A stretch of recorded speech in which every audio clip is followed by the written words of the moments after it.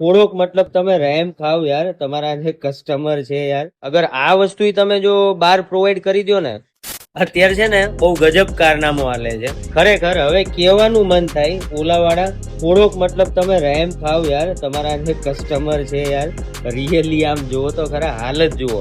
મતલબ આ આખું ભાંગી જ ગયું છે. જો એક ટુકડો અહીંયા છે, એક ટુકડો આના હાથમાં છે, હેડલાઇટમાં જુઓ આ બાજુ ઓકે છે, આ બાજુ છે જ નહીં.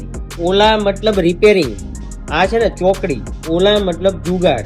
જુગાડથી જ થાય, કારણ કે તમે ક્યાં યાર સર્વિસ સેન્ટર વાળા કોઈ વસ્તુ પ્રોવાઈડ કરો છો કસ્ટમરને? કેટલી મતલબ ખરાબ હાલત. 1.5 લાખ રૂપિયાની ગાડી લઈ અને સરવાળે દેશી ગુજરાતીમાં થૂકના હાંધા કહેવાય જે કરવાના રે.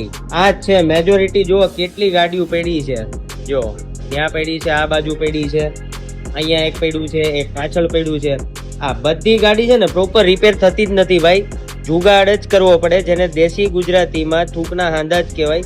આ કન્ડિશન છે. એટલીસ્ટ કંઈ નહીં તો કંઈ નહીં, તમે મતલબ આવા બધા જે સ્પેર પાર્ટ છે, આવી બધી જે પેનલ છે, અગર આ વસ્તુ તમે જો બહાર પ્રોવાઈડ કરી દો ને, તો તમારા યુઝરને છે ને ઘણું બધું મતલબ ઈઝી થઈ શકે એમ છે.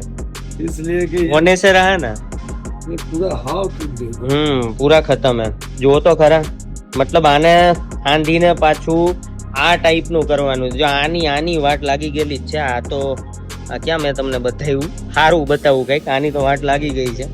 આવું કરવાનું છે, થૂકના હાંધા કરી અને આવું કરવાનું છે. મજાની વાત શું છે ખબર છે?